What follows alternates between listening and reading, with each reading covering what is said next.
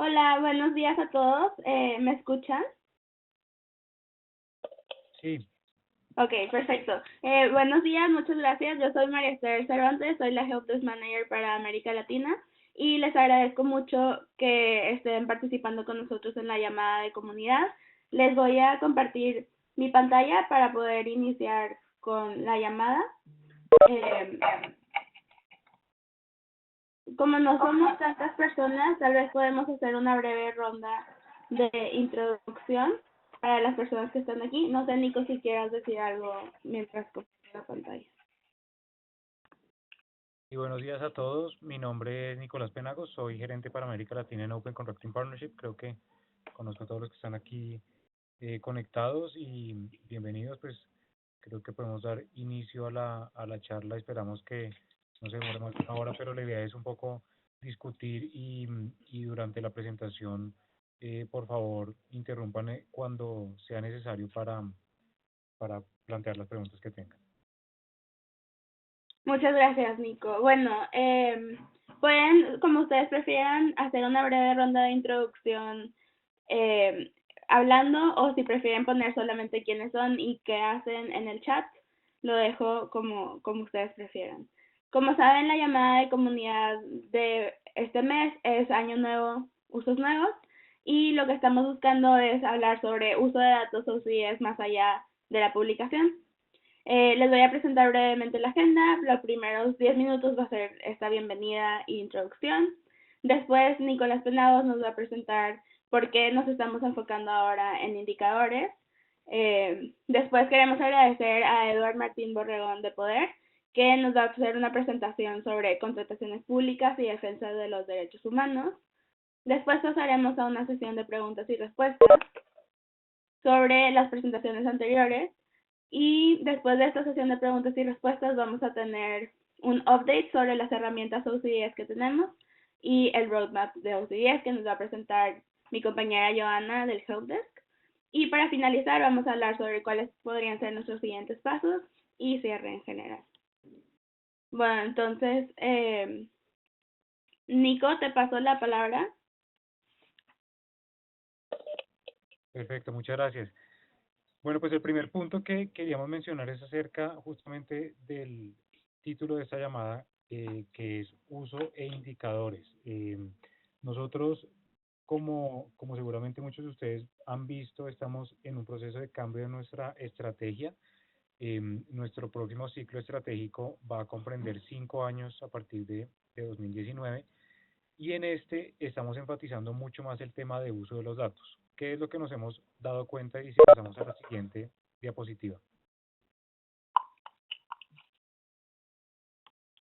Cuando pensamos en promover los temas de contratación abierta, nosotros tenemos pues, y el link está allí, hemos documentado unos pasos específicos para, para que un país o una entidad o una ciudad pueda llevar a cabo el proceso completo de contratación abierta, que empieza con un diseño de lo que quieren hacer y aquí, digamos, uno de los cambios que van a ver en nuestra nueva estrategia es documentar mucho más problemas específicos que se querría solucionar a través del análisis y la apertura de los datos.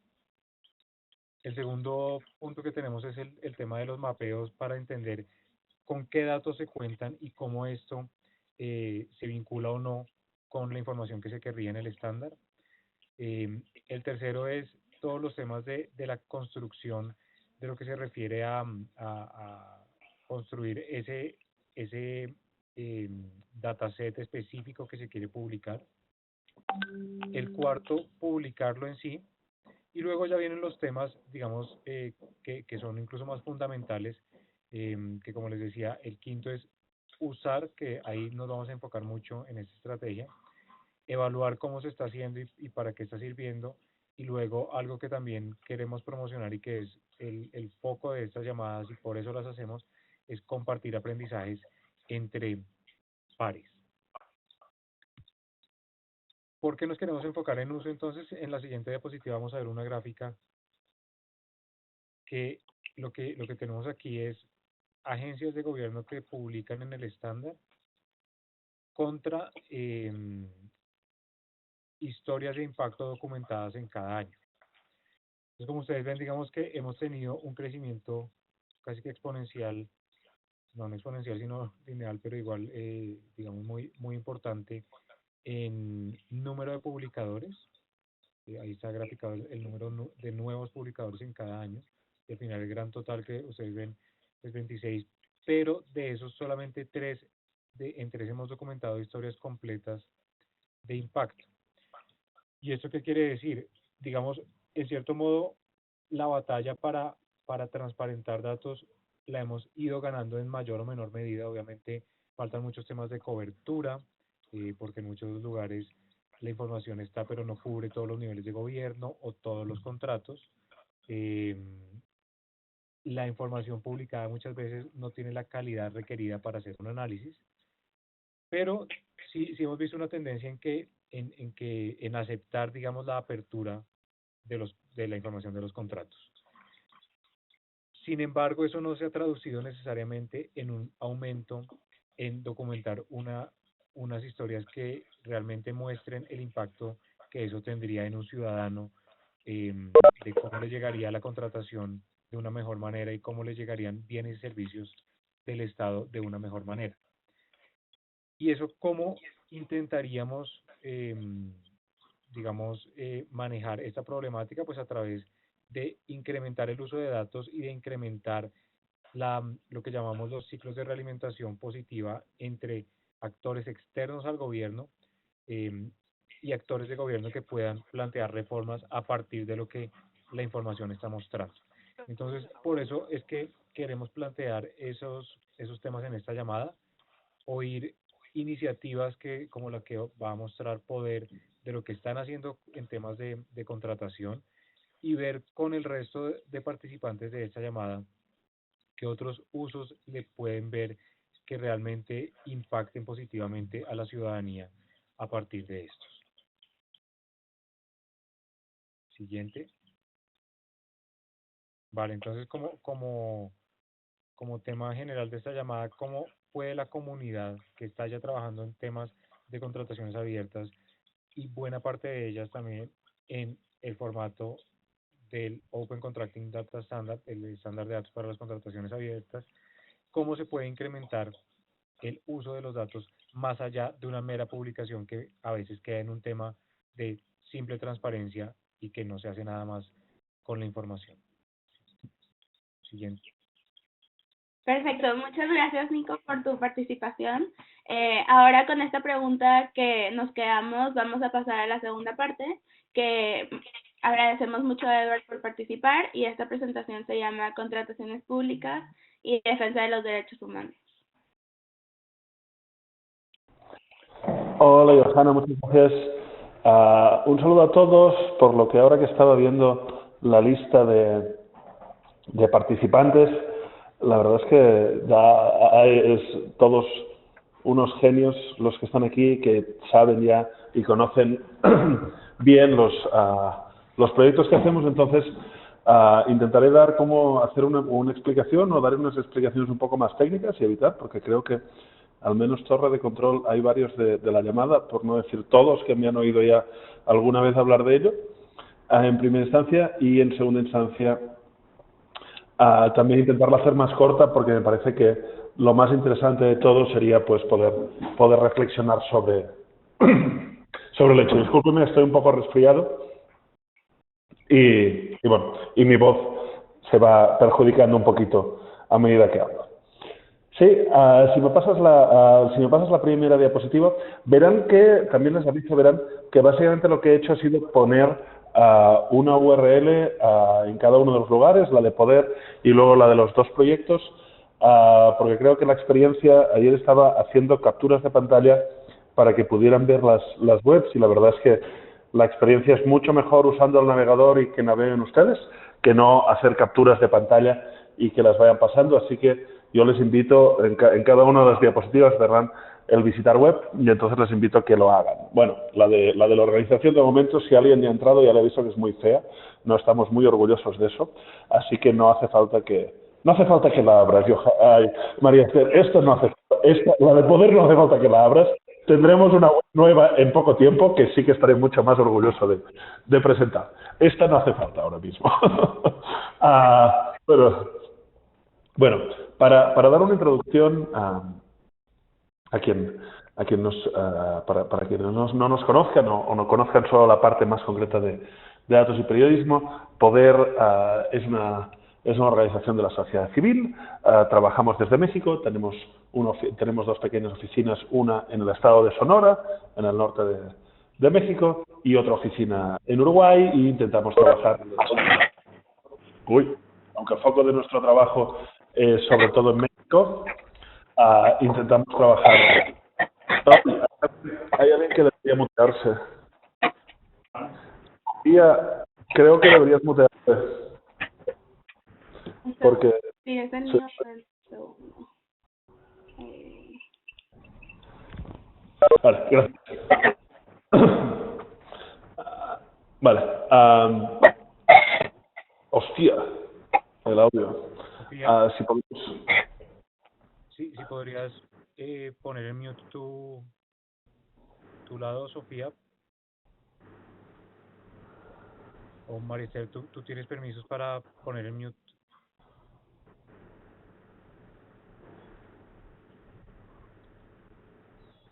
Sí, bueno, parece que ahora estamos más tal. Bueno, hay algún ruido de fondo.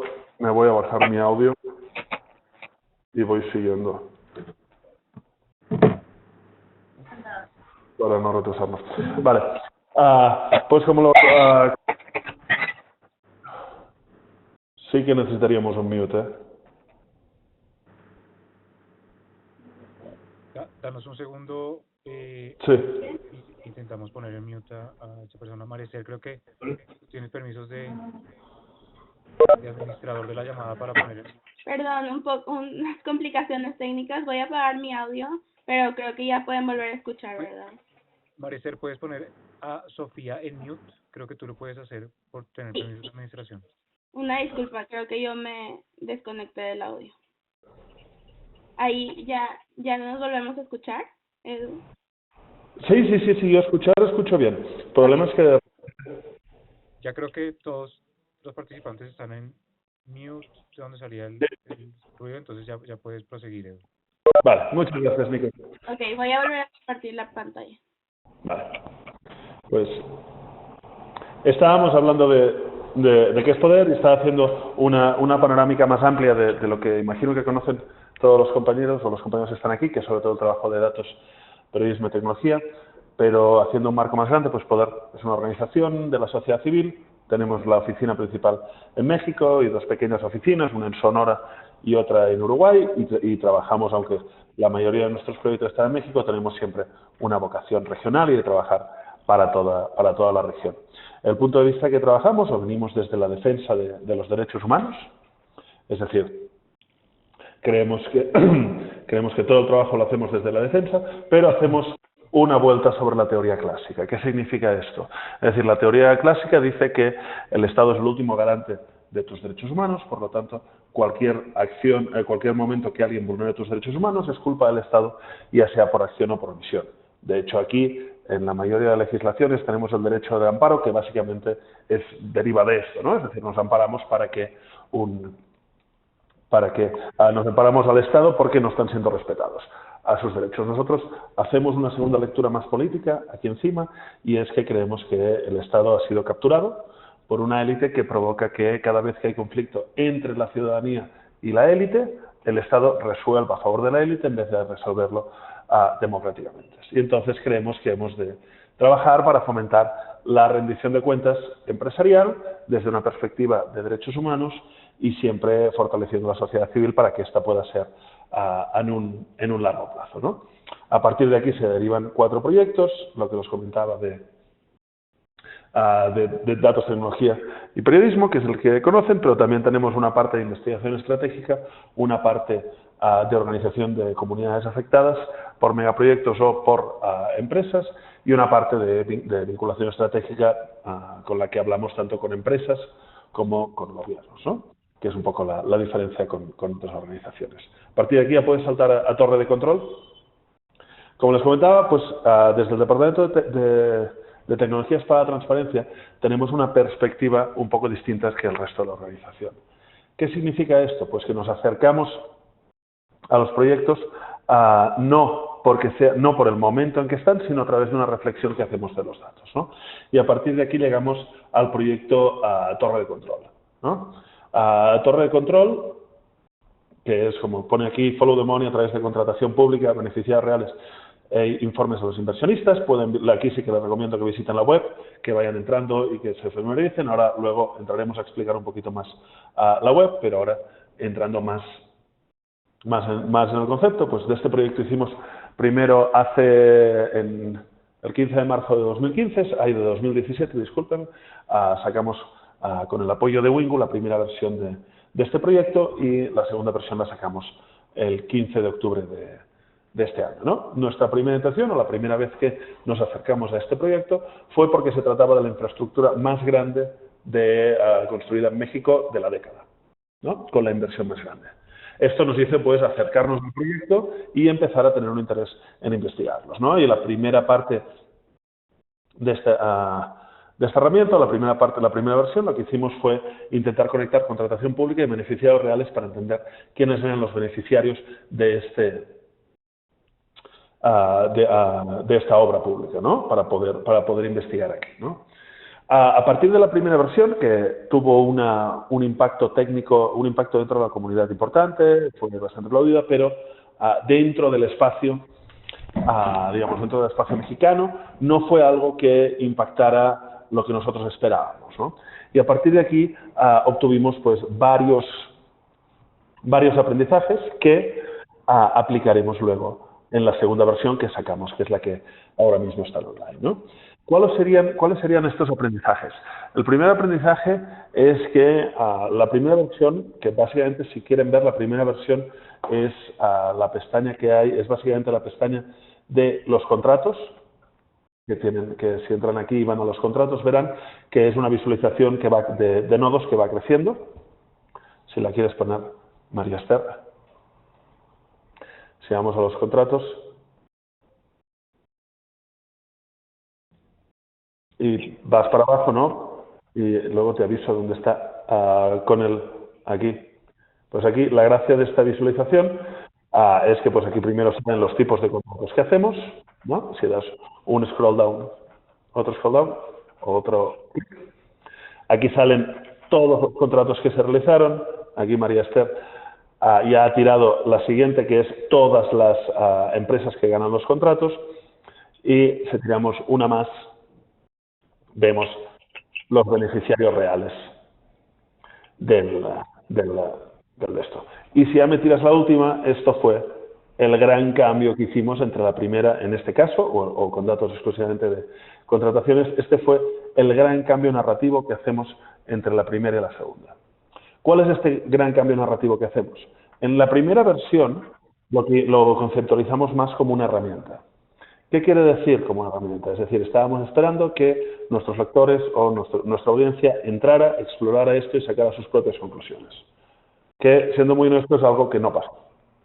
Entonces, este claim que ven aquí, ¿no? De 5 empresarios controlan el 55%, donde nosotros ya dimos un análisis hecho, fue totalmente un éxito.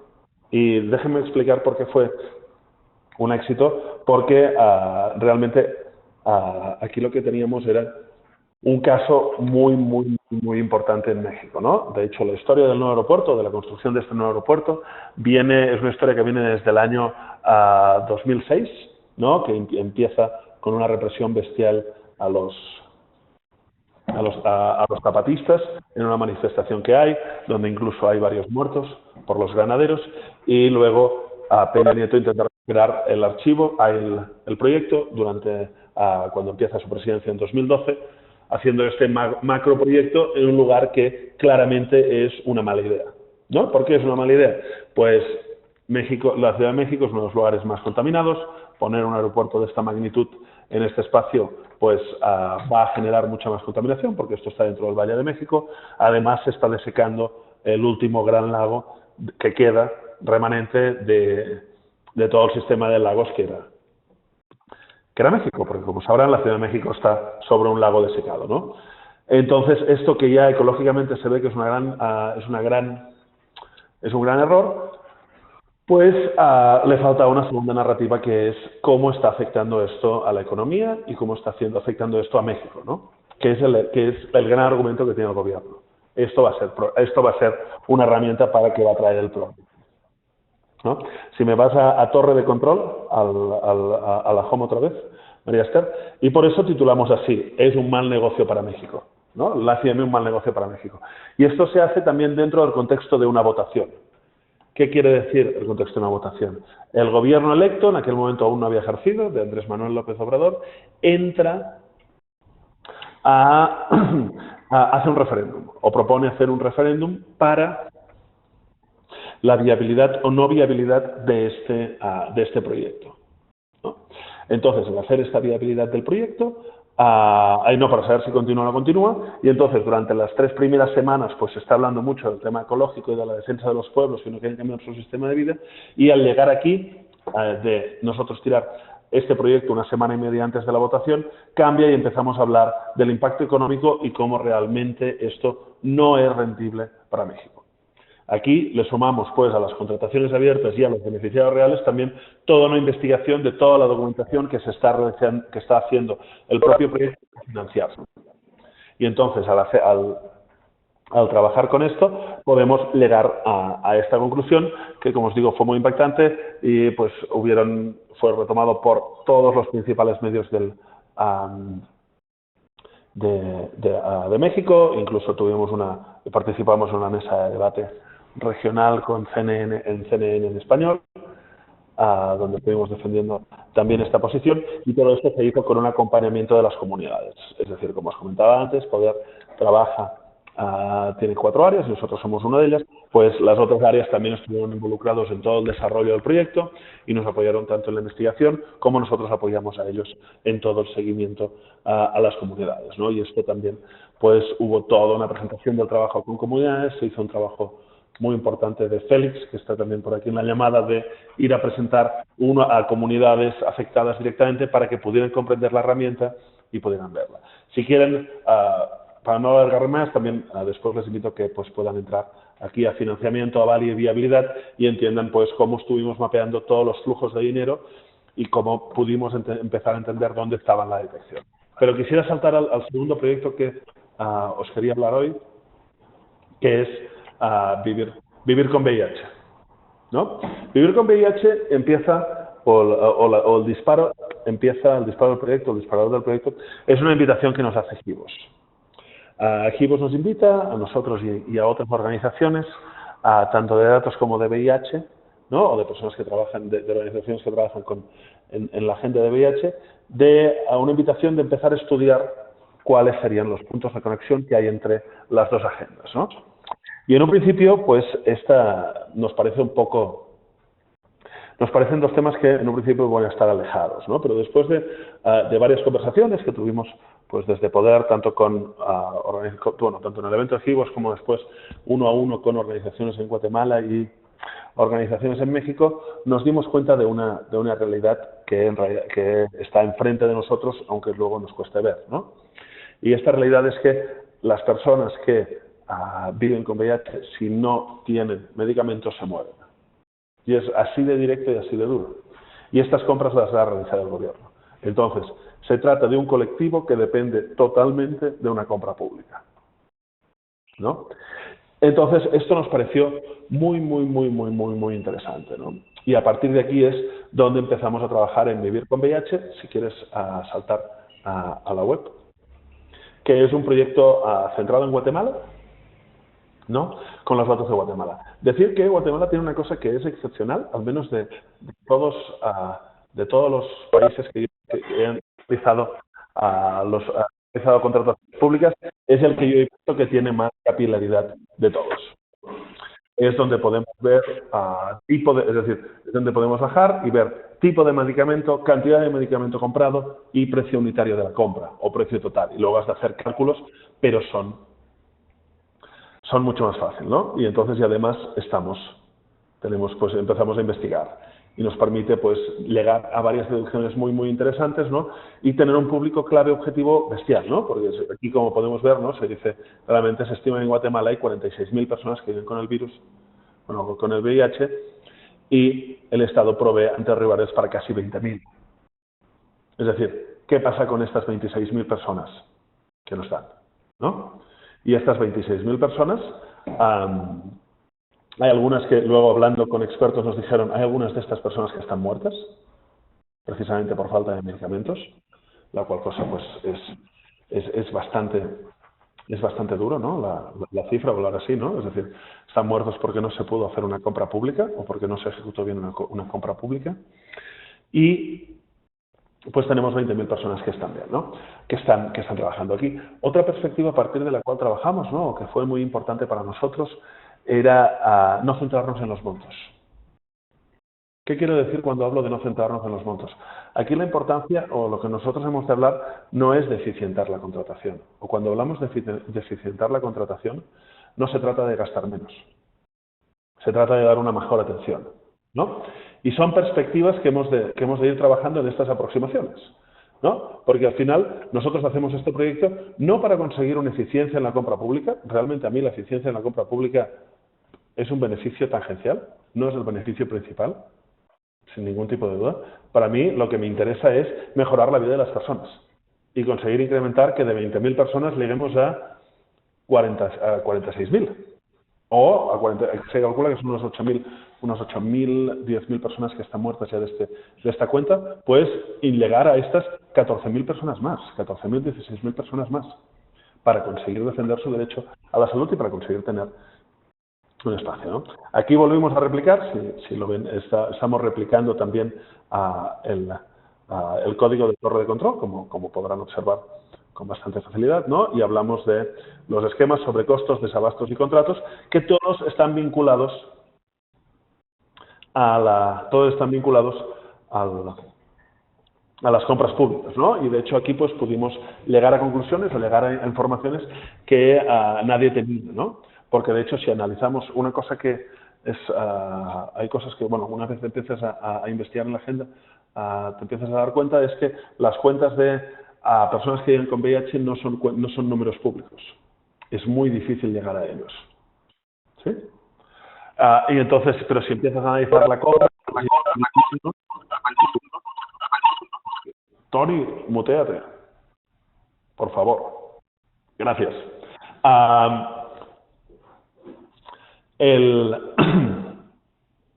Espera, me perdí. Sí. Si empezamos a mapear cómo son las compras, podemos deducir en qué esquema están cada una de las personas. El hecho del esquema es importante porque puedes estar en el primer esquema, segundo esquema, tercer esquema o cuarto esquema. Cada uno de los esquemas es más complejo. Una vez has llegado ya al cuarto esquema, no hay medicamentos para ti, una vez lo superas.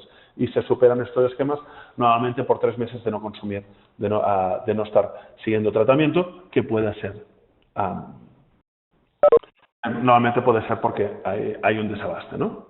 Entonces, esto es un espacio importante de analizar, ¿no? Que pudimos sacar todo un espacio de aquí. Analizamos el sobrecosto, pudimos ver el problema de las patentes, que nos falta acabar de entender quién fue, es decir, poder apuntar culpables en el caso de las patentes, el desabasto, que es importantísimo para poder ver el esquema, y luego otra vez la contratación, ¿no? Donde hay varios espacios, ¿no? Este proyecto lo vemos como un piloto, pero la verdad es que estamos muy contentos con ellos porque pudimos ver entrar aquí. Si podemos pasar ya a los aprendizajes, María está.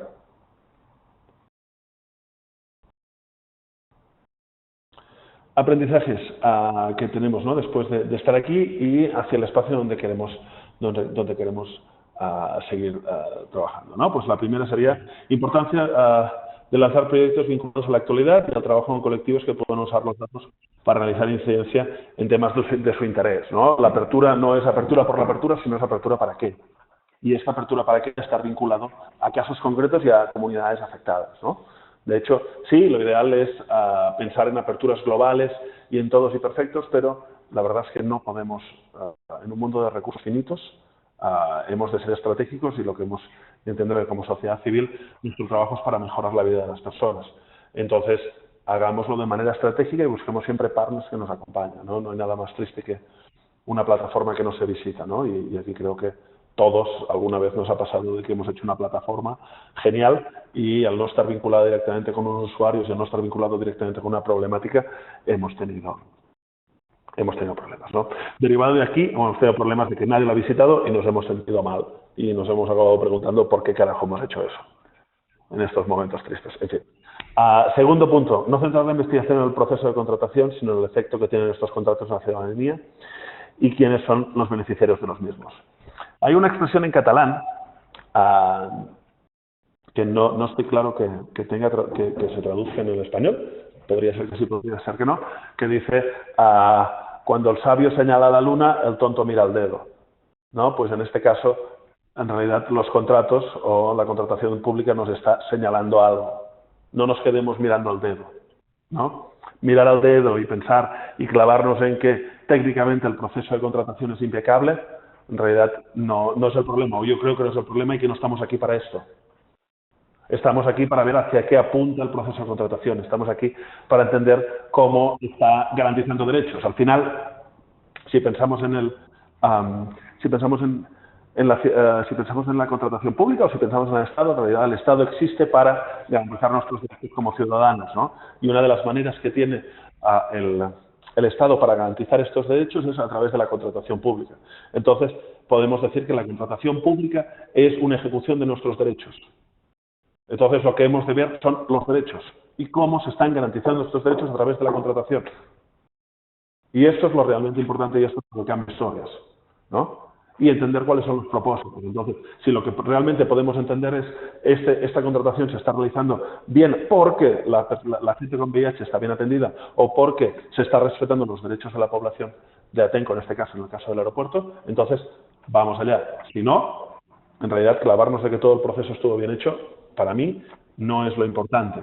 Nosotros, o desde Poder, no vinimos aquí a hacer eso y les invito que también empiecen a trabajarlo desde la perspectiva, ¿no? Y el segundo, en un problema que no me gusta decir que es latinoamericano, porque no es latinoamericano, que es global, que es quiénes son los beneficiarios de los mismos. Y aquí también hago una invitación a dejar la obsesión por la corrupción para mirar la captura del Estado. ¿Qué quiero decir con esto? No se trata de ver. No se trata de encontrar la corrupción a cualquier precio, sino lo que se trata, porque en muchas ocasiones, con la información que tenemos ahora mismo que se está viendo en nuestros países, no podemos detectar la corrupción de forma pasiva, pero sí que podemos entender la captura del Estado. ¿Qué me refiero? Por ejemplo, en la contratación del nuevo aeropuerto de la Ciudad de México, Slim gana un contrato de 84.000 millones de pesos. Ahora mismo no tengo aquí la conversión de dólares, pero pueden imaginar que es una locura. Pues en un profit habitual de este contrato, es decir, un beneficio normal es un 10%. Entonces estamos hablando de 8.000 millones de pesos, casi 9 millones de pesos, porque hay el 4 y hay todas las comas por detrás, casi 9.000 millones de pesos de beneficio, asegurado para la construcción del edificio terminal. Entonces, ¿para qué quieres la corrupción cuando tienes contratos a modo? Porque si nos paramos a pensar, ¿cuántas empresas hay en el mundo que puedan ganar un contrato de este tamaño para la construcción de un edificio que además se declara, está llevado con temas de seguridad nacional y entonces se valora que sean mexicanos? Pues la verdad es que quedan muy pocas empresas que puedan ganar esto. Y nos quedan otros sistemas que no son corrupción, pero tenemos puertas giratorias, tenemos otros espacios que no son propiamente corrupción, que no hay un acto de cohecho, no hay un dinero que te doy para que tú me lo hagas a mí, y estrategias legales para que esto no sea considerado un delito. Recordemos que la corrupción es un delito tipificado, que nos permiten ganar estos contratos. Igualmente es injusto. De hecho, en algo que digo siempre, en un país donde no haya ningún acto de corrupción, pero todos los contratos los ganen grandes multinacionales que pagan sueldos de mierda a la población del país, a mí no me interesa. No estoy aquí para trabajar en eso. ¿Sí? Y la tercera, usar los datos para construir narrativas y no esperar que la ciudadanía genere sus propias conclusiones a partir de una herramienta. Es decir, la herramienta es la bola extra, es el bonus track. Pero la responsabilidad es que cuando nosotros hacemos una plataforma o cuando nosotros hacemos una investigación, generemos nuestra propia narrativa y que esta narrativa impacte directamente a las comunidades con las cuales estamos trabajando o a las personas beneficiadas que sean. No les hagamos el trabajo entero, no nos quedamos un paso atrás y dejemos que sean ellos o esperemos que sean ellos quienes construyan la narrativa, porque en muchos casos no lo van a hacer, ¿no? Y de manera de que si nosotros construimos una narrativa y estamos explicando una historia a partir de los datos que tenemos, llegaremos a mucha más gente. Y creo que me alargué un poquito más de lo que me tocaba, pero ya abrimos la ronda de preguntas. Muchísimas gracias, Edward, por tu participación. No de preguntas, discusión. Es decir, aquí hablemos todos y con el nivel que hay ahora mismo en esta sala, somos todos pares aquí. Voy a dejar de compartir pantalla para poder ver quién quiere hablar, pero siéntanse libres de hacer preguntas o empezar una discusión si tienen algún punto.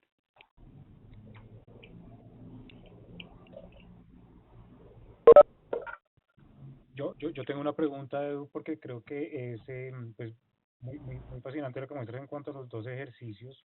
Tenía una pregunta en cuanto a lo que mencionabas de aliarse con organizaciones que puedan llevar más, digamos, la batuta de abogar por un cambio. ¿Te parece de tu experiencia que en general ese es el camino siempre que hay estos tipos de proyectos o eventualmente también una organización que haga el análisis de datos puede tener la incidencia adecuada en los niveles de gobierno específicos que corresponda para que haya un cambio? A ver, aquí entiendo que el objetivo es el cambio, ¿no? Eso no hay ningún tipo de duda, ¿no? Y entonces aquí podemos hacer partners con otro tipo de organizaciones que nos apoyen en un espacio de incidencia o hacer la incidencia directamente, ¿no? O hacer la incidencia directamente a nosotros o ir a hablar, y si tienes esta puerta abierta de hablar con gobierno y conseguir el cambio ya directamente con una conversación para el gobierno, lo veo fenomenal, ¿no? Entiendo que pues ahora estoy pensando precisamente en el caso de Colombia y de los comedores donde se consiguió todo esto, pues que también fue un proyecto espectacular y desde otro espacio, ¿no? Pero normalmente también desde sociedad civil no tenemos estas puertas tan abiertas con gobierno para hacer esto de forma directa. Pero también se trata de abrir, ¿no? Creo que por allí veía a Francisco Lorenzana, que lo vi entrar, que no sé dónde está, no sé dónde lo tenemos ahora, ¿no? Que él nos podría decir cómo podríamos hacer esto en México. Y a Tony del INAI también lo vi por ahí.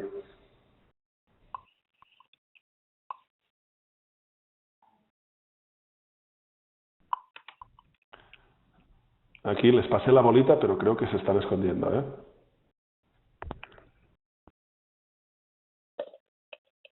Tony o Paco, ¿tienen algo que decir o seguimos con otras discusiones? ¿Alguien más quiere participar? Si no, también le puedo levantar la bolita a Romina, que asumo que debe ser Romina Coleman de La Nación, que también tiene un proyecto de medicamentos muy interesante y sería bueno también complementar con esto.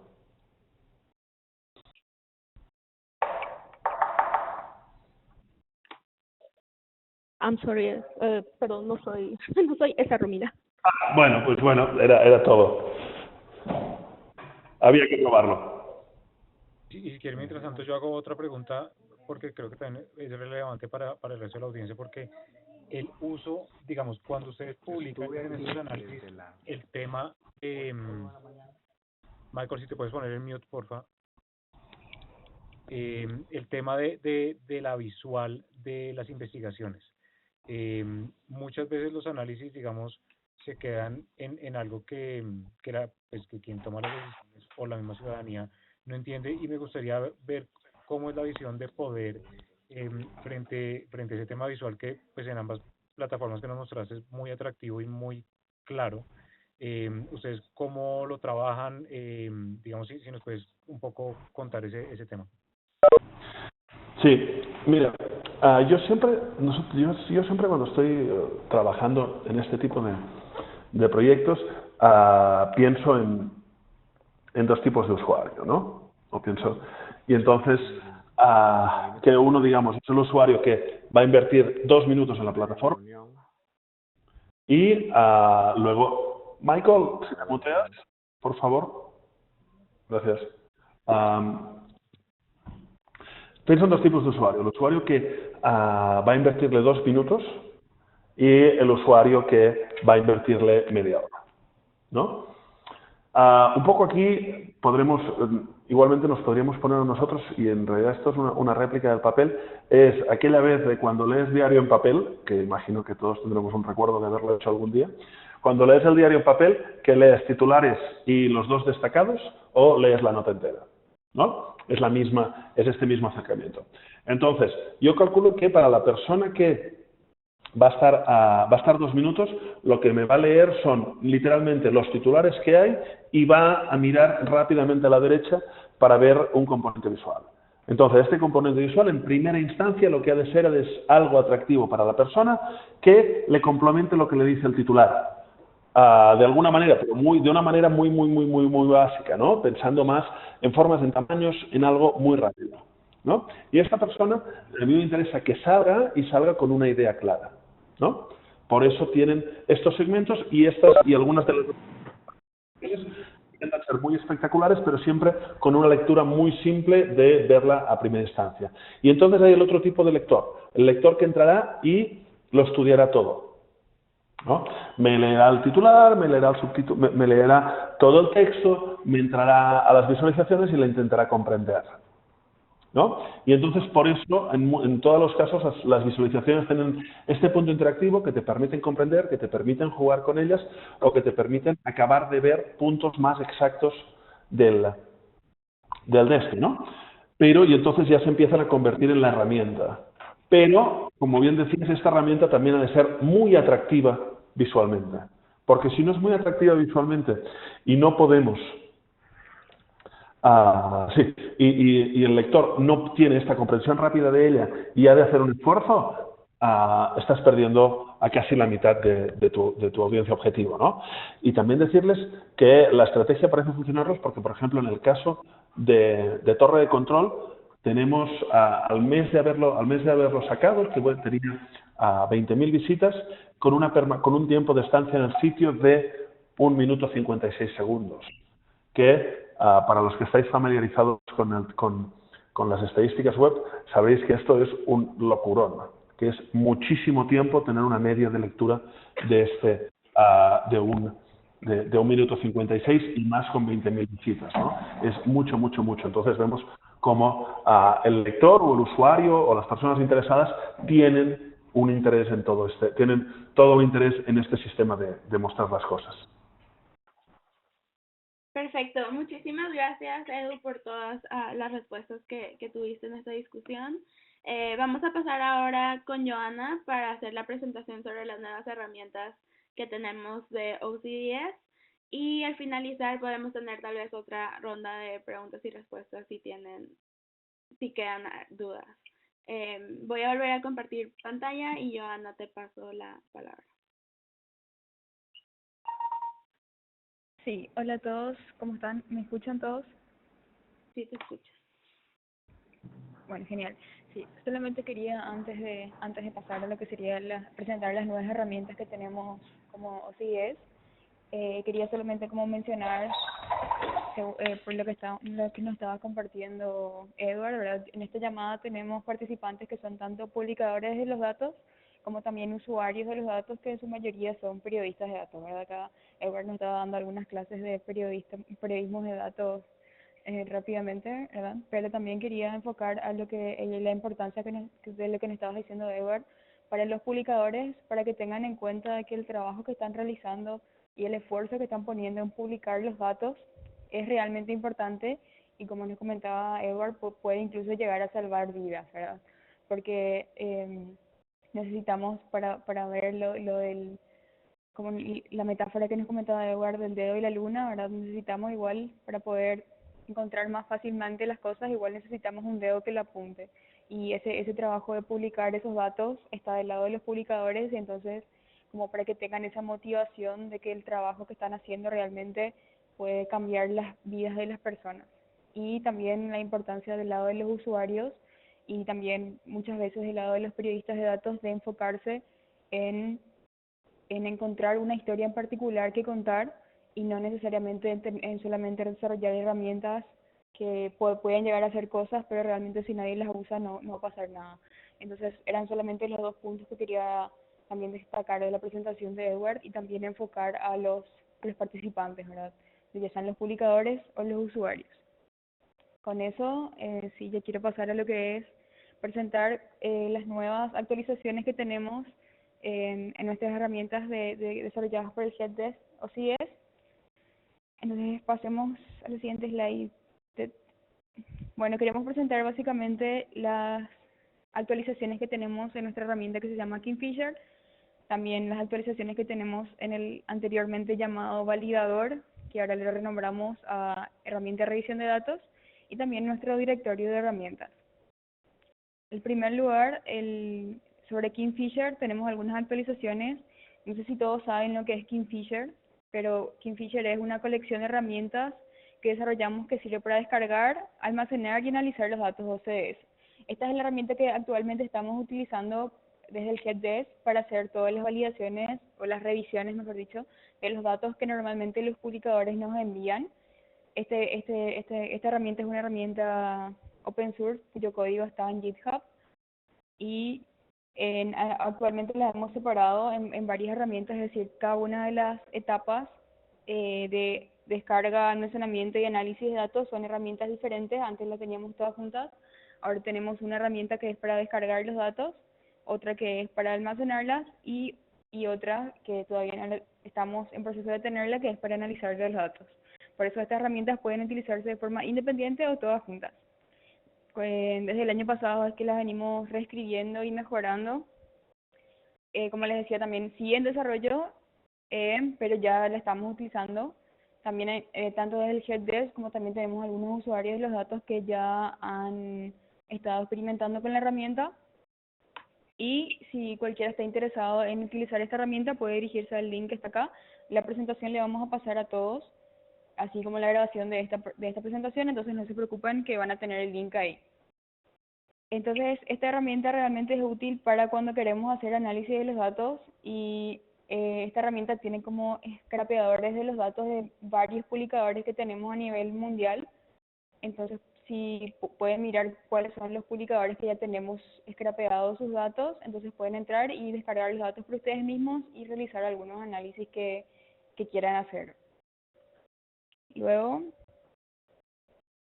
como les decía, Kingfisher está dividido en varias herramientas de acuerdo a su funcionalidad. Tenemos el scrapeador, el que procesa sería el que almacena los datos, y estos últimos tres están aún en desarrollo, ¿verdad? Los dos primeros es lo que sí ya están más desarrollados, y los últimos tres están más verdes, vamos a decirle, y que son las más importantes en realidad, pero sin los dos primeros igual lo podemos hacer los últimos tres. Luego la otra actualización es que nuestra herramienta de validación de datos, la que comúnmente la conocíamos como el validador, la renombramos a herramienta de, ayer ya hice validación, tiene que ser revisión en realidad, es una herramienta de revisión de los datos. La renombramos y dejamos de usar la palabra validar, porque era un poco subjetiva, vamos a decir, porque en realidad lo único que hace esta herramienta es revisar que los datos sean estructuralmente válidos, no así el contenido de los mismos. No podemos decir que realmente lo que se está publicando como contrato sea un contrato o cosas así. Entonces la renombramos para que sea un poco más claro que es una herramienta que solamente sirve para revisar los datos. Entonces la palabra validar como que queremos dejar de utilizarla, entonces renombramos la herramienta para que sea un poco menos determinista o menos blanco y negro esa herramienta. También otra de las actualizaciones que tenemos con respecto a esa herramienta, que creo que la mayoría de los participantes la conocen, al menos en la interfaz web, donde uno puede subir un archivo, puede poner un link o puede pegar un JSON y la herramienta hace la validación. Ahora esta herramienta también está disponible como una librería Python, entonces para que puedan utilizarla localmente, también ya está disponible. tenemos unas mejoras. También esta herramienta lo que nos permitía era convertir un dato en JSON, por ejemplo, a CSV o a Excel. Y esta herramienta también tiene una mejora porque antes nos generaba un montón de hojas vacías, por ejemplo, aunque si no habían datos igual generaba hojas vacías. Ahora esto ya no pasa, ahora solamente se generan las hojas de datos donde hay datos. Y también tenemos una nueva visualización en el validador, que creo que, no sé si, bueno, no sé si algunos están familiarizados con lo que era nuestra herramienta OCDE Show. En OCDE Show uno puede subir un dato, un release package, ahí tenemos. Y podemos ver cada una de las partes del proceso de compra como un formulario, vamos a decir.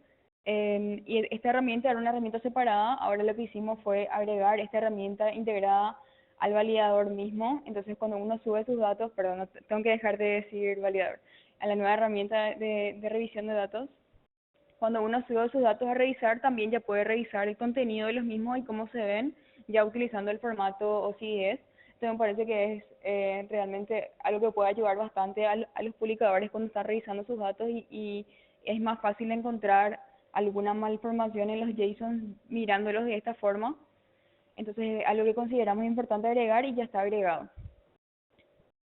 Y luego también tenemos un directorio de herramientas que está alojado en un sitio que se llama Airtable, en la cual ustedes, está el link también en la presentación, pueden entrar y pueden ver todas las herramientas que encontramos que existen, que trabajan con datos de compras públicas. Pueden que sean OCDS, pueden que no, algunos son open source, otros no. Entonces algunos pueden ser reutilizables, otros pueden servir de inspiración para hacer cosas. El proyecto de torre de control de que nos está hablando Edward está en esta lista de herramientas. Entonces, como les digo, algunos pueden servir, por ejemplo, ver, como decía Nico, que vio la visualización y dijo, esa es una muy buena visualización. Entonces puede servir para inspirar a hacer lo mismo, pero con otros datos, con otros datos. Entonces es como esa es la intención de este directorio de herramientas, ¿verdad? Juntar en un mismo lugar todas las herramientas que existen en la literatura, vamos a decirle, de contrataciones abiertas. Luego, entonces, ¿qué es lo que se viene con respecto a herramientas OCDE? Vamos a seguir mejorando nuestra herramienta de revisión de datos. Como es una herramienta open source, el código está ahí en GitHub. Entonces pueden, si la empiezan a usar y encuentran algún problema, pueden reportar issues y lo vamos a tratar de resolver. También vamos a seguir, como les mencionaba, mejorando lo que es Kingfisher, y vamos a empezar a hacer más trabajo en la parte de análisis y tratar de profundizar más en herramientas que profundizan en los datos, en el análisis de los datos. Y también nuestra próxima herramienta a lanzar es una interfaz gráfica web para la manipulación de datos OCS, que sería otra de las herramientas que tenemos ahora, que se llama OCS Kit, que solamente funciona a través de líneas de comandos. Bueno, lo que queremos hacer es que para que sea más amigable al usuario, esa misma herramienta disponibilizarla, pero a través de un sitio web que sea mucho más fácil de utilizar, sin necesidad de tener instalado ningún programa ni nada. Entonces queremos disponibilizarla a través de un sitio web. Esa va a ser nuestra próxima herramienta, que probablemente en los próximos meses va a estar disponible. Entonces, esto sería todo con respecto a las herramientas, a las actualizaciones de herramientas que tenemos. No sé si alguno tiene alguna pregunta al respecto. Yo solo añadir, que antes no lo he dicho, que estamos trabajando para simplificar mucho el reuso de código de torre de control, al nivel de que básicamente lo que estamos acabando de construir es que esté ya en un repo GitHub. Tú puedas hacer un fork del repo, añadirle tu JSON de datos en Open Contracting, un JSON con datos de beneficial ownership, y poder editar los textitos en Markdown, y ya tienes tu propia torre de control construida, ¿no? O tu propia visualización o tu propia tal en torre de control. Esto tenemos previsto sacarlo pues entre a finales de marzo, principios de abril. Es decir, es una cosa que saldrá muy pronto y estaremos encantados de que lo reusen y que nos pasen feedback de cómo podemos mejorarlo. Me parece súper genial y apenas salga, entonces, Edward, si nos puede comentar, así actualizamos en nuestra directorio de herramientas, que ya es open source la herramienta, y también compartimos con toda la comunidad que ya pueden utilizarla también. Me parece algo muy genial. Sí. No, a ver, para que no se me malinterprete, ya es open source, pero ahora será fácil de reusar, que son es una diferencia importante. Sí, tienes razón con eso.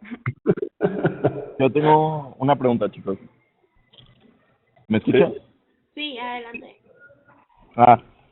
Joana, esta herramienta que, bueno, yo no la había visto, que ya la tenían en su repo de Open Contracting, la de análisis de datos, pero, o sea, revisé un poco la descripción que tiene, veía que era como para análisis de datos, que justo era como algo que nosotros creíamos importante, porque lo que pasa mucho en México es, bueno, pues aquí está Edu y todo lo que hacen con el Open Contracting, que es fabuloso, pero hay otras organizaciones de la sociedad civil que ven las publicaciones de contrataciones abiertas y no saben ni cómo usarlas, ¿no? Por ejemplo, nos ha pasado que México Evalúa le interesa el tema de datos abiertos, pero no saben cómo manejar los datos. Entonces, aparte de tener pues esta herramienta que veo que pues están terminándola, tendrán como sesiones de capacitación a OSCs o cosas así como para que sepan cómo utilizarla. O sea, algo así como para dummies, ¿no? O sea, cómo desde, si no conoces nada de esto, puedas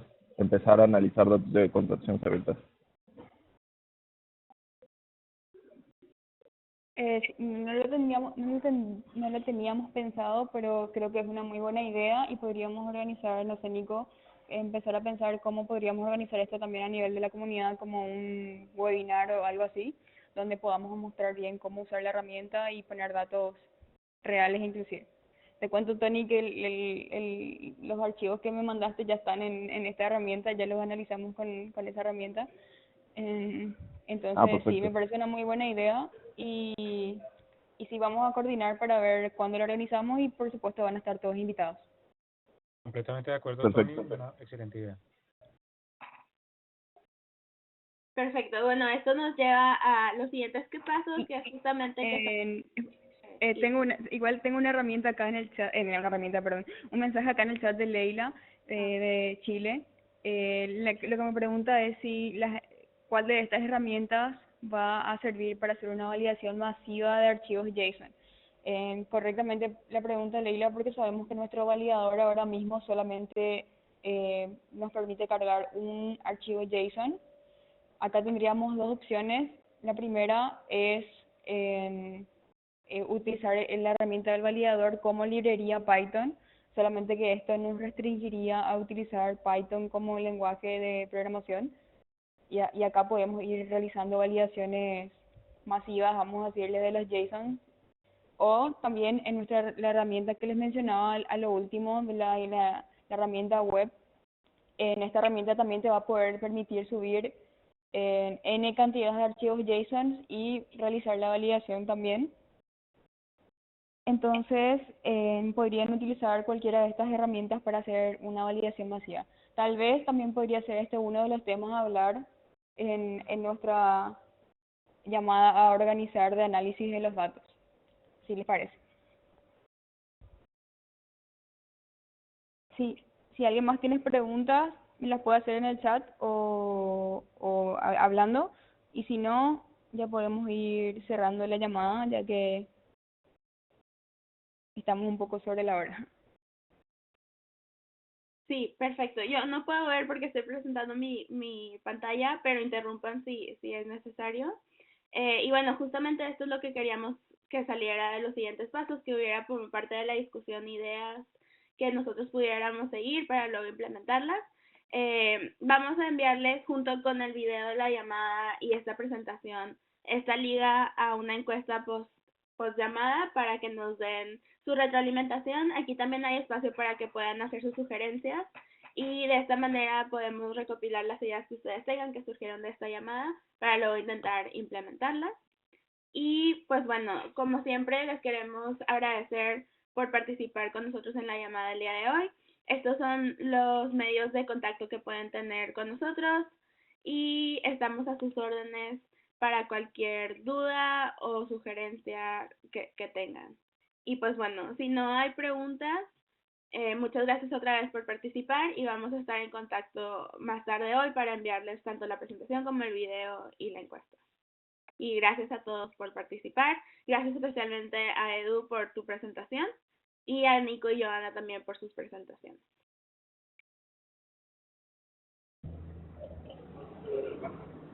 Mil gracias a todos. Por motivos de tiempo, pues lo concluimos, pero como dice María Esther, a través de estos medios podemos continuar la conversación sobre cualquiera de los puntos que hablamos y nos gustaría mucho hacer eso.